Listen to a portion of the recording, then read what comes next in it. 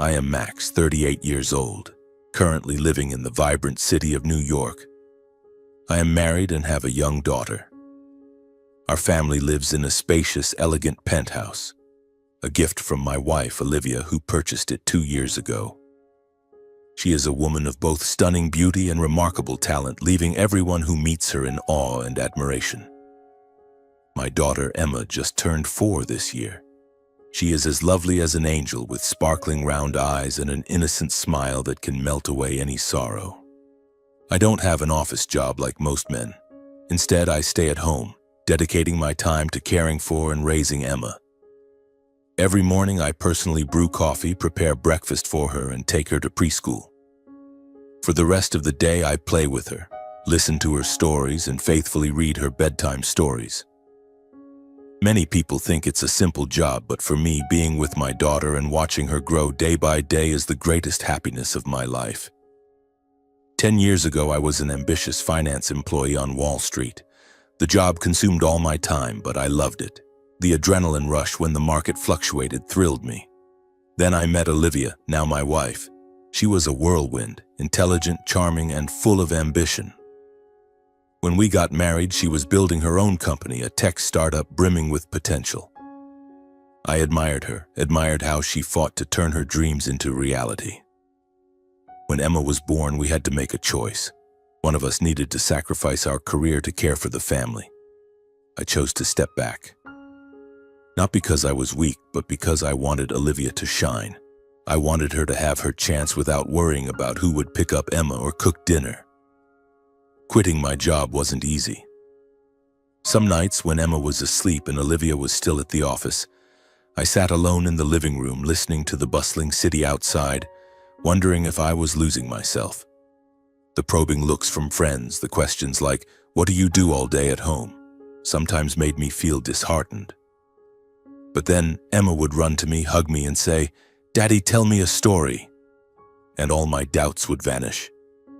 I reminded myself that this was my choice, for my family, for love.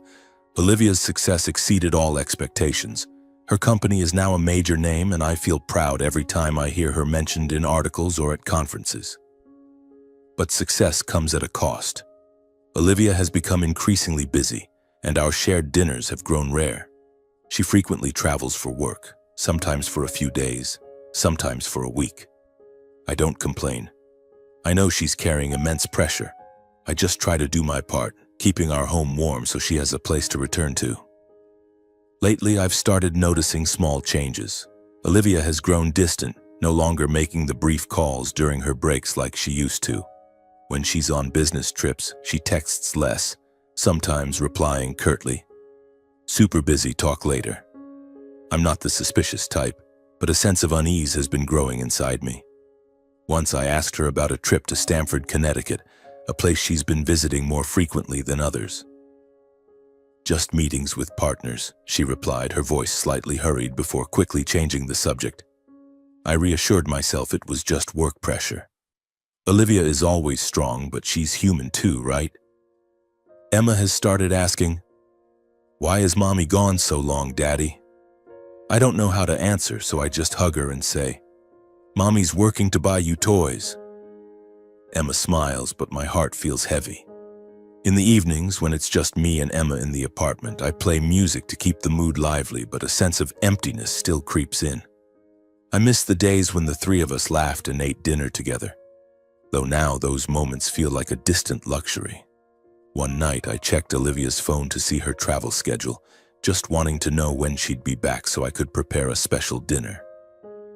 I saw a strange message from an unsaved number. "Meet you in Stamford, 8 p.m. My heart stopped, but then I told myself it was probably a business partner, just work. I don't want to be a controlling husband or destroy the trust between us. I turned off the phone, promising myself not to overthink it. But the feeling hasn't gone away. It's like a small crack in glass, spreading wider each day. I've started noticing other details. A new perfume on Olivia's clothes, the time she's changed her phone password, or how she avoids meeting my eyes when talking about work. I try to brush it off, but my heart won't listen. I love Olivia deeply, but I can't ignore the gut feeling that something's wrong. One morning, while preparing breakfast for Emma, an idea struck me.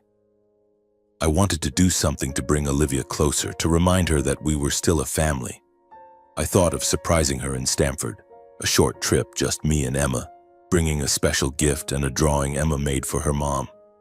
I pictured Olivia's smile when she saw us, her eyes lighting up like they used to.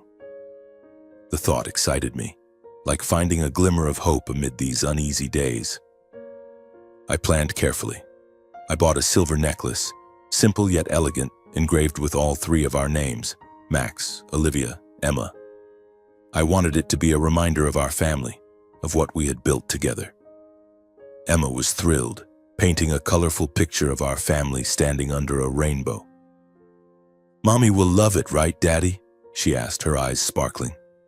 I ruffled her hair and smiled. "Absolutely, sweetheart." I checked Olivia's travel schedule. She'd be in Stamford for 4 days, staying at the familiar hotel she often mentioned. I called to confirm, but she didn't pick up. No reply to my texts either. A flicker of worry crossed my mind, but I brushed it off. "She's probably in a meeting," I told myself. I didn't want suspicion to ruin the plan. I wanted to believe this would be the moment we reconnected.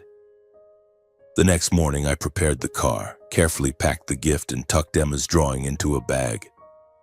Emma sat in the back, singing cheerfully, clutching her favorite teddy bear. "Daddy, Mommy's gonna be so surprised, right?" she asked, her voice full of excitement. I glanced at her through the rearview mirror, my heart warming.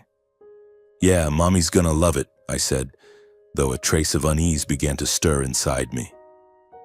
I pressed the gas pedal, leaving New York behind, heading toward Stamford, unaware that this trip would change everything.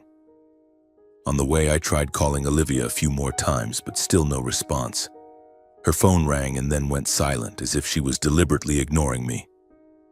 I told myself she was in an important meeting, but the heavy feeling in my chest wouldn't go away. Emma kept singing, oblivious, but I felt like I was driving into a storm I didn't want to face. When we arrived in Stamford, dusk was settling in. The hotel loomed ahead, luxurious and brightly lit. I held Emma's hand as we walked into the lobby, my heart pounding faster. The receptionist smiled and asked how she could help. "I'm here to see my wife, Olivia Carter." "She's staying here," I said, trying to keep my voice steady. The receptionist typed on her keyboard, then looked up, her eyes hesitant.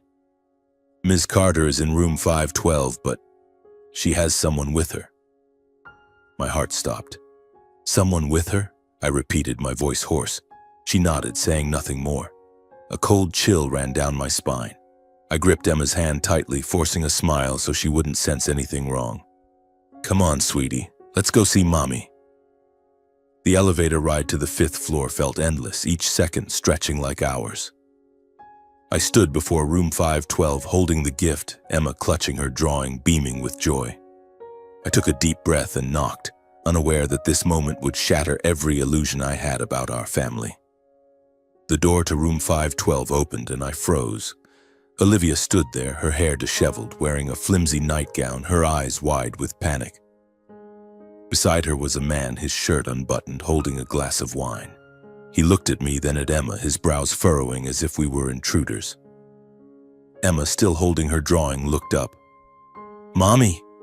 Her voice was bright, but to me it sounded like glass shattering. "Max?" Olivia stammered, hastily pulling on a robe. "What? Why are you here?" Her tone wasn't apologetic, it was angry, as if I'd done something wrong. I wanted to scream, to demand why, but Emma was holding my hand, her big eyes full of confusion. I took a deep breath, forcing my voice to stay calm. "Emma and I wanted to surprise you, but it looks like I'm the one surprised." The man stepped forward, extending a hand as if to shake mine. "I'm Daniel, Olivia's business partner. You are..." He hesitated, glancing at Olivia for an explanation. I felt the blood rush to my head. "Business partner?" I repeated, my voice trembling. "I'm her husband. This is our daughter." Daniel turned to Olivia, his face paling. "Husband? Olivia, you said you were single." His voice rose, almost shouting, making Olivia step back, her hand on her forehead. I looked at her, waiting for an explanation, an apology, anything. But Olivia only exhaled sharply, her eyes flashing with disdain.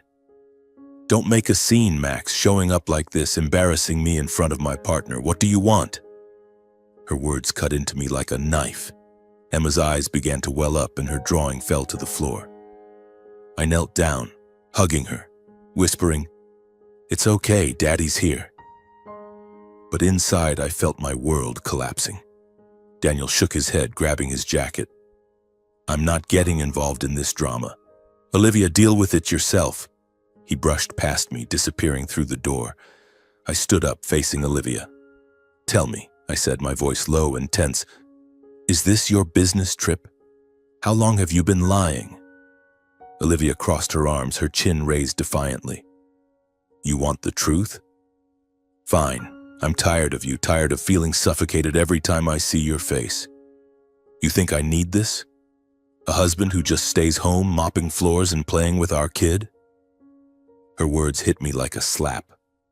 That apartment, where I repainted Emma's room, where we laughed as newlyweds, she called it suffocating. I thought of the nights I waited for her, the dinners I cooked, the times I swallowed my pride so she could shine. All of it, it turns out, meant nothing to her. "Emma, wait for Daddy on the chair out there, okay?" I said, leading her to the hallway and handing her the teddy bear. I didn't want her to hear what was coming. When I returned, Olivia was sitting on the bed, her eyes cold. "Are you done, Max? Go home. I'll come back later." I shook my head, the pain turning to anger. "No, Olivia, it's over. I can't live with someone who doesn't respect me, who doesn't respect Emma." She scoffed, standing up and stepping closer. "Over? Fine. But you'll regret this. You're nothing without me, Max. Without me, you're just a failure." I left the room clutching the unopened gift. Emma sat on the chair, hugging her bear, her eyes red. "Is Mommy upset, Daddy?" she asked. I hugged her, fighting back tears. "Mommy's just tired, sweetie. Come on, let's go home." But I knew home was now just me and Emma. The days that followed were like a nightmare. Olivia came home, but not to apologize. She walked in, dragging her suitcase across the floor, looking at me like I was a stranger. Emma ran to her, but Olivia only patted her head before heading straight to the bedroom. I stood in the kitchen, washing dishes, trying to stay calm. I had made up my mind. I would file for divorce. Not because I no longer loved her, but because I couldn't let Emma grow up in a family built on lies. That night, I sat across from Olivia at the dining table. Emma was asleep. The apartment was quiet, save for the ticking of the clock. "We need to talk," I began. Olivia raised an eyebrow, sipping her wine. "Talk about what? About how you ruined my meeting in Stamford? You're so childish, Max." I clenched my fists under the table, keeping my voice steady. "Stop pretending. I know everything. I want a divorce." Olivia laughed, a sharp, cutting sound. "Divorce? How do you think you'll survive? You have nothing, Max. No job, no money, nothing. You're just a leech living off me. You think the court will give you anything? Emma, don't dream." She stood, pointing at me. "You want to play this game? Fine. I'll leave you with nothing. This apartment, the bank accounts, everything is mine. You'll be out on the street, Max, and I won't give you a cent." Each word she spoke was like salt in an open wound. I had given up my career, chosen to stay home so she could succeed, and yet she called me a leech. I thought of the years I stayed up late soothing Emma, the times I silently endured the judgmental looks from others, but I didn't argue. I just looked at her, my voice low. "Fine, Olivia. If you want a divorce, I'll do it, but you'll regret this decision." Olivia stepped closer, her breath heavy with the smell of wine. "Who do you think you are?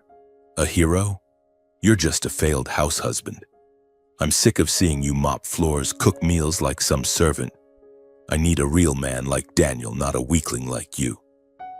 My heart tightened, but I didn't let her see it. I stood looking her in the eyes. "You're wrong, Olivia. I'm not weak, and you'll find out soon enough." She burst into bitter laughter. "Find out? Find out what? That you'll be left with nothing? That you've been leeching off your wife this whole time? Go ahead, Max. File for divorce. I'll sign it right away. We each keep our assets. Easy, because you have nothing.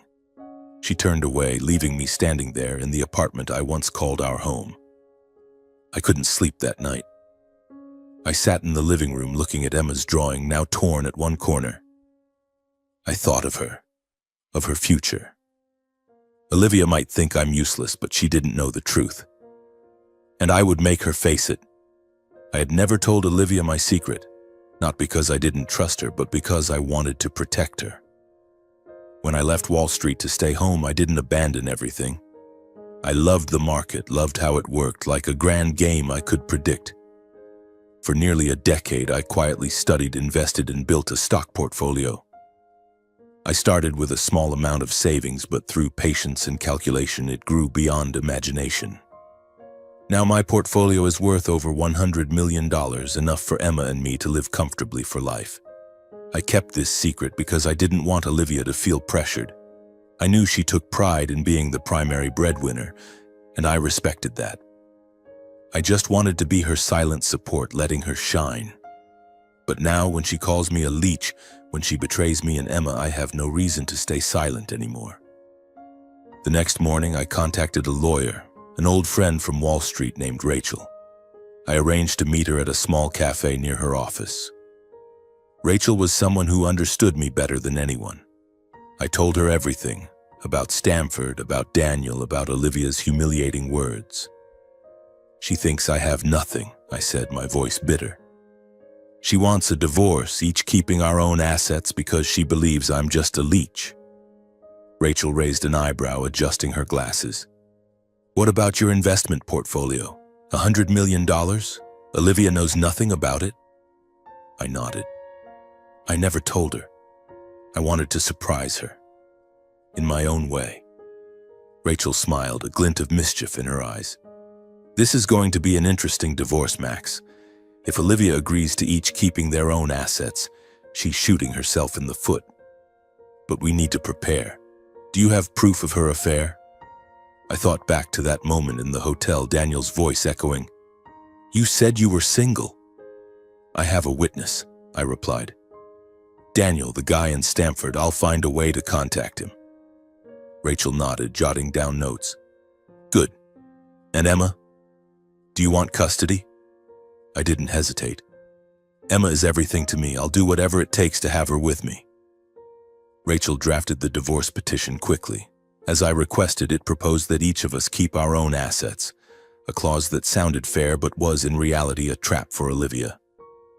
I knew she'd agree immediately, believing I had nothing of value.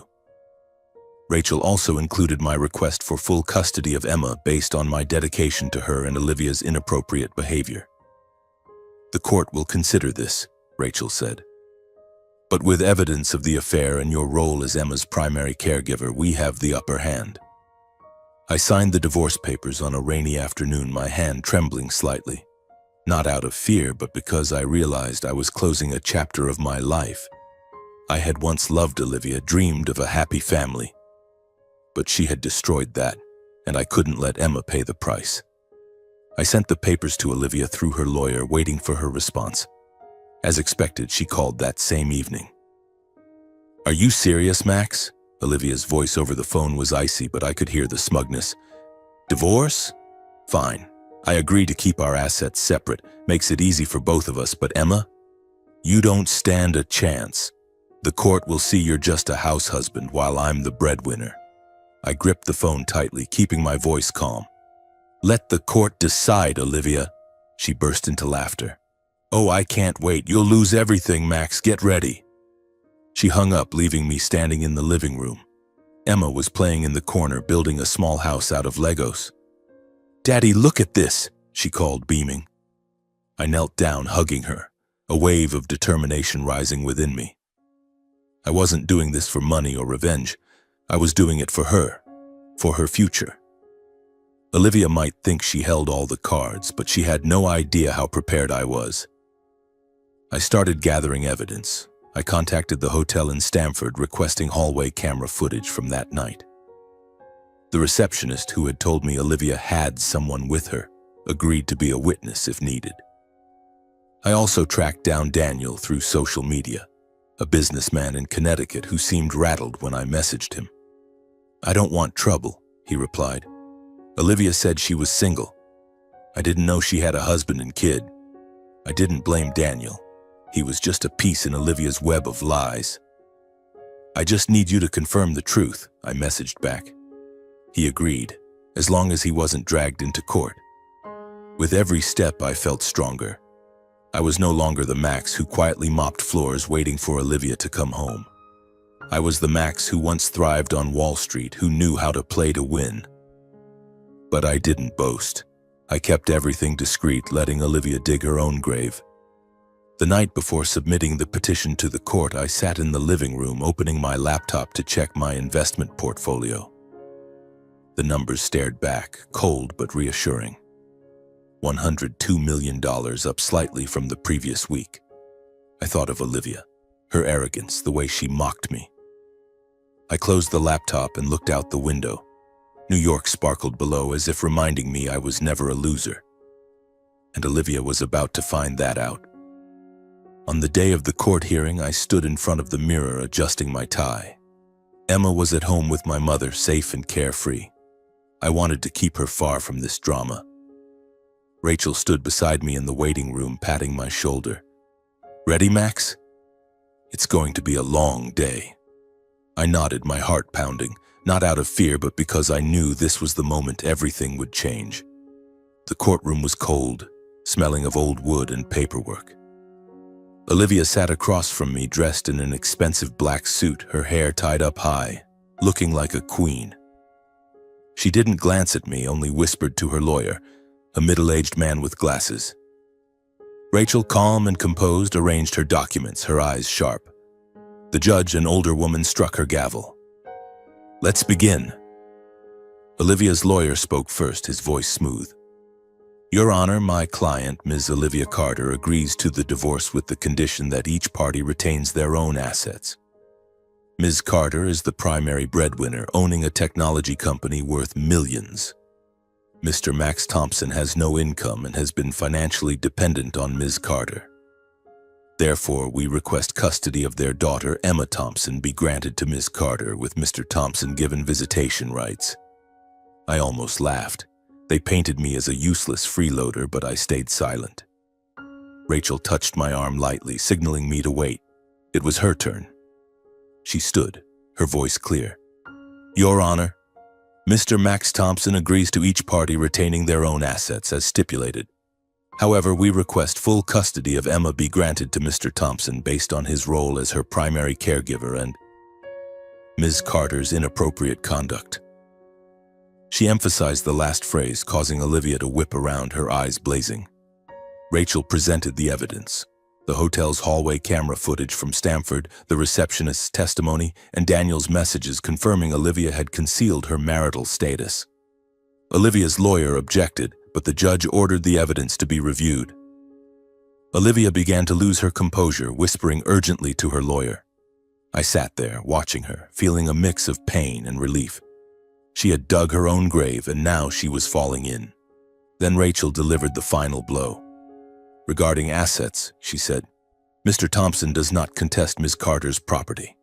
However, Mr. Thompson has his own assets, a stock portfolio valued at $102 million. Accumulated over the past 10 years, Rachel submitted the documents. Bank statements, transaction histories, all crystal clear. The courtroom fell silent. Olivia's jaw dropped, her face paling. Her lawyer flipped through the papers, muttering, "How did we not know about this?" I looked at Olivia, and for the first time during the hearing, her eyes met mine. Gone was the disdain, replaced by shock and panic. "Max, you," she stammered, but the judge struck her gavel, demanding order. Rachel continued, her voice steady. "Mr. Thompson does not seek any of Ms. Carter's assets, but with his independent wealth and his role as Emma's primary caregiver, we believe he is the suitable parent to raise her." Olivia shot to her feet, shouting, "No! He tricked me. He hid this from me. I don't agree." Her lawyer pulled her back into her seat, but the judge frowned. "Ms. Carter, control yourself," she said. Olivia trembled, her eyes red, but I felt no pity. She had chosen this path, betrayal, insults, and now the consequences. The hearing dragged on, but the tide turned in my favor. The judge reviewed the evidence of Olivia's affair, my history of caring for Emma, and my financial independence. Finally, she delivered her ruling. Custody of Emma Thompson is granted to Mr. Max Thompson, with Ms. Carter awarded visitation rights. Assets will remain separate as agreed. Olivia collapsed into her chair, hands covering her face. I heard her sobs, but I didn't look back. My thoughts were only of Emma, of the new home I would build for her. As we left the courtroom, Rachel patted my shoulder. "You did it, Max." I nodded but didn't smile. I had won, but my heart still felt heavy. I didn't want Olivia to crumble, but she had made her choice. I stepped outside, the New York sunlight warming my face. For the first time in months, I felt like I could breathe. Few months after the trial, I heard news about Olivia through a mutual friend. At first, I didn't want to know. I had closed that chapter, focusing on Emma and our new life. But word about her spread quickly like wildfire in New York's business circles. Olivia's company, once her pride and joy, was faltering. Partners pulled funding, clients turned away, and the press tore her apart. Millionaire entrepreneur Olivia Carter embroiled in affair scandal, one headline read. I skimmed it, feeling no satisfaction, just emptiness. Olivia had built a perfect image, a strong, independent, invincible businesswoman. But when news of her deception, lying to me, hiding our marriage from Daniel, and losing in court spread, that image shattered. Partners didn't want to work with someone deemed unethical. Clients questioned the company's transparency. One article dug deeper, revealing Olivia's lavish spending on business trips, 5-star hotels, first-class flights, expensive gifts, all charged to company funds. Shareholders were furious, demanding audits. I imagined Olivia in her office, facing cold stares and rejection emails. She had once said I'd end up with nothing, but now she was the one losing everything. The company spiraled into financial crisis, drowning in debt. One evening, I caught a glimpse of her on the nightly news. Olivia stood outside her company's building, hair disheveled, eyes shadowed, forcing a smile for reporters. "We'll get through this," she said, her voice trembling. Just months after the trial, Olivia lost not only her career but her reputation. Mutual friends said she moved out of her luxurious Manhattan apartment, selling her car and jewelry to pay debts. She now lived in a small apartment in the suburbs, far from New York's glamour. I thought of her, once arrogantly declaring me worthless, now alone. I felt neither joy nor sorrow, just regret for Emma, who would grow up without the mother I'd once hoped she'd have. One day, Emma asked, "Will Mommy come back, Daddy?" I hugged her, kissing her forehead. "Mommy loves you, but she needs time. No matter what, I'm always here." Emma nodded, but her eyes showed she understood. I vowed to ensure she never felt unloved. After the divorce was finalized, I bought a house in Brooklyn. Not too big, but spacious enough for Emma and me. It had a backyard where Emma could play and a small room I turned into a workspace. I didn't return to Wall Street, but I continued managing my $102 million portfolio. Money wasn't an issue. Time with Emma was what mattered. Every morning I took Emma to school, watching her wave, her smile bright as sunlight. I attended parent meetings, baked, often imperfect, cakes for her class, and read to her every night. Sometimes I found myself laughing more than I had in years. Emma loved drawing, and I hung her artwork all over the house. Pictures of houses, trees, and sometimes 3 figures. Me, Emma, and a faint silhouette. I didn't ask, but I knew it was Olivia. I let Emma hold on to her memories of her mother in her own way. I started living again, not as the Max of Wall Street or Olivia's Max, but as Emma's Max. I signed up for a cooking class, tried making bread, though half a loaf ended up burnt. Emma laughed until tears streamed down her face, and I laughed too. I reconnected with old friends, the ones who didn't question why I just stayed home. They saw me happy, and that was enough. Sometimes I thought of Olivia, but the pain was gone. I had forgiven, Not for her, but for myself. I didn't want to carry resentment. Emma needed a strong father, and I was determined to be that. One evening, as Emma lay on the couch, her head on my lap, she asked, "Daddy, will we be okay?" I stroked her hair. "More than okay, sweetheart. We have each other." A year after the trial, I received a text from Olivia. "Max, can we meet, please?" I stared at the screen, my heart pausing. I didn't reply right away. Part of me wanted to refuse, but another part was curious. What did she want? I agreed to meet at a small cafe near my house, where Emma and I often got cookies. Olivia arrived late, a shadow of the woman I once knew. She was thinner, her hair loosely tied, her eyes weary. She sat down, fingers twisting nervously. "Max," she began, her voice hoarse. "I'm sorry, I was wrong. It's all my fault." I looked at her, waiting. She spoke of her company's collapse, friends turning their backs, and nights spent crying alone. "I lost everything," she said, her eyes red. "But I don't want to lose you and Emma." I listened, but my heart didn't stir. I remembered her words in Stamford, in our apartment in court.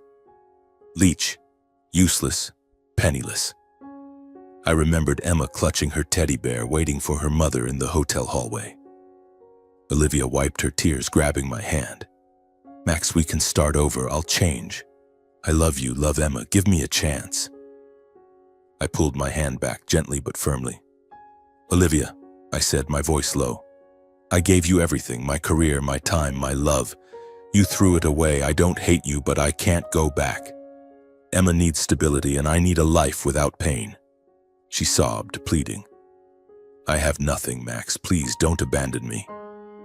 I stood, placing money for the coffee on the table. "You'll find your own path, Olivia, but it's not with me." I walked out, not looking back. The Brooklyn sky was clear, and I felt lighter, as if I'd released a heavy burden. Autumn in Brooklyn was gentler than I'd expected. Golden leaves fell in the backyard where Emma danced, trying to catch one before it hit the ground. I sat on a wooden bench, a cooling coffee in my hand, watching her laugh. Emma's laughter was the only sound that could soothe the scars in my heart. 2 years since the trial, since I walked out of that courtroom with custody of Emma and my truth revealed. I had changed. Not because of money or victory, but because I learned to live true to myself. Looking back, I once thought happiness meant sacrificing everything for the one you love. I gave up my career, set aside my pride so Olivia could shine, so Emma could have a complete family. I don't regret those years. They taught me that love isn't about possession, but giving without calculation. But I also learned a painful lesson. Love, no matter how deep, cannot survive without respect. Olivia chose betrayal, not just of me, but of Emma and everything we built together. I never told Emma the full truth about her mother. She's still young, and I want her to hold on to the good memories of Olivia, even if they're just fragments. Sometimes Emma mentions her mom, asking if she'll come back.